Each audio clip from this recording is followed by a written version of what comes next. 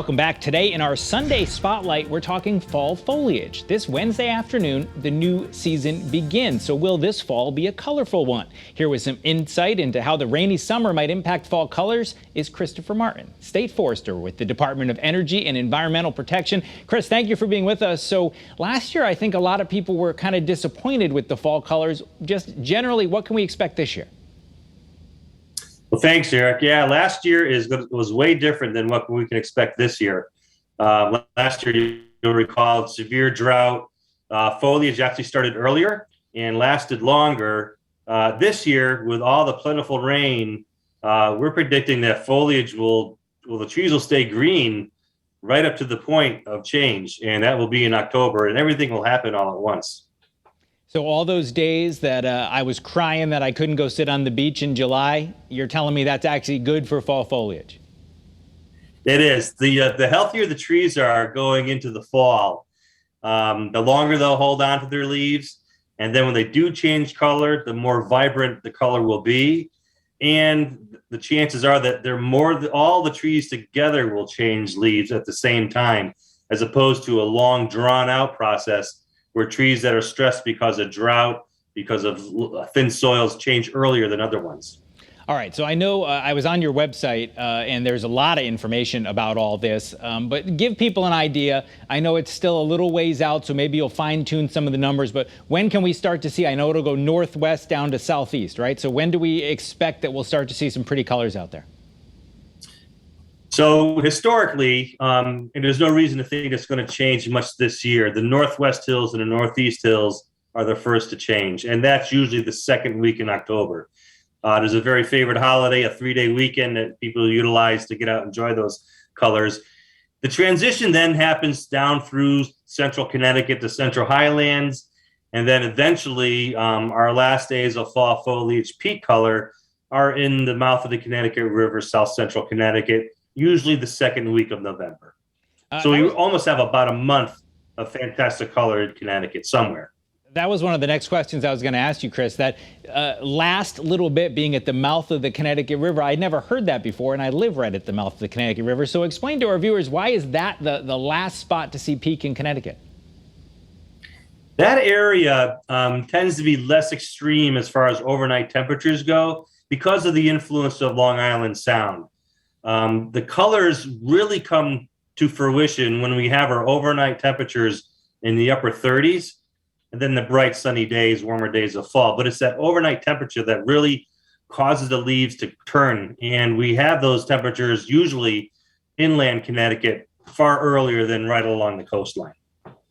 One of the things I thought was interesting in researching this is the big disparity of different trees in different colors. Tell us a little bit about, depending on where you are and whether it's a maple or an oak or a cherry, you may see some real variety of colors. Is that something people should be on the lookout for? Well, it's something that's unavoidably seen in Connecticut because we have some of the most diverse tree species all together in one location than anywhere else in the country. And it's true. I mean, trees are green, but those other pigments are there already. It's just that the chlorophyll, the process of producing energy, is overwhelming the other colors. And so as the trees start to shut down in the fall, the chlorophyll amount drops and the other chemicals within the tree naturally occurring come to fruition. And so that's why we see the reds in the maples. We see the yellows in oaks the hickories and the ashes. And then that purplish hue actually comes from our oak trees.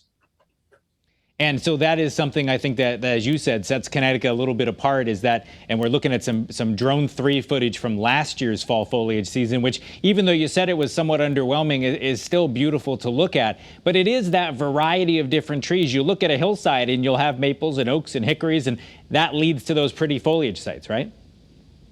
Yeah, in any given acre in Connecticut, you can have up to 15 different tree species, which really sets us apart from other states. We're in a transitional location of central hardwoods and northern hardwoods. They all come together in Connecticut. And that's why we have the sugar maples and the birches, more indicative of northern New England, but we also have the tulips, the hickories, and the oaks, more indicative of the central states.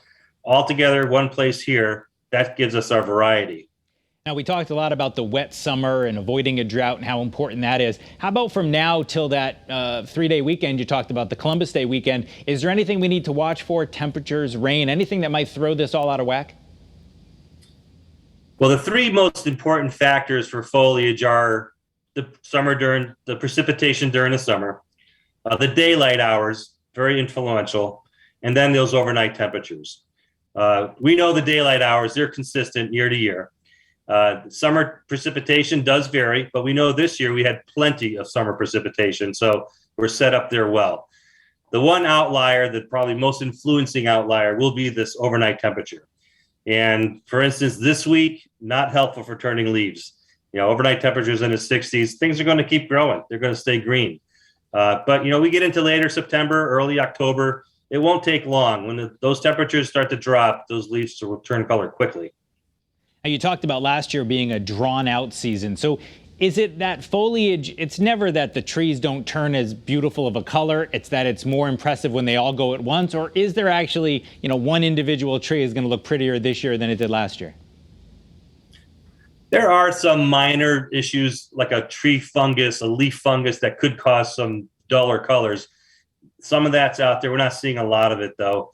It's really more influential by the summer health, the summer drought. And that will cause, earlier change, same vibrancy. When everything is all at once, though, it's far more brilliant. All right, you're the state forester. I'm going to put you on the spot. Best place to look at foliage in Connecticut. Give our viewers a tip. Take it right from the state forester. Where should they go and when? All right, so that weekend, second weekend in Columbus, Columbus Day weekend, Indigenous Peoples Day, head to the hills, either northeast or northwestern Connecticut. There's some great drives on our website that are recommended, and hikes, easy hikes, harder hikes. Then let's get into middle, late October. You're going to want to be in Hartford, east-west, either side. And there's Talcott Tower is a great one. Also, you head over to eastern Connecticut, Patchogue State Forest, Mount Misery, another great location. Towards the end of the month, early November, Shoreline. That's where you want to be to see the best colors. All right, everyone come over my house to see the last of the fall foliage.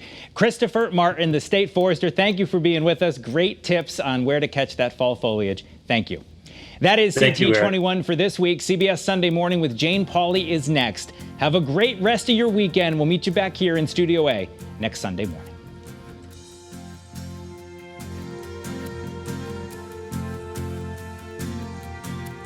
Thanks for watching Channel 3 Eyewitness News. Watch us live wherever you are, on our mobile, on our streaming news app. And you can also watch us on Roku, Apple TV, and Fire TV.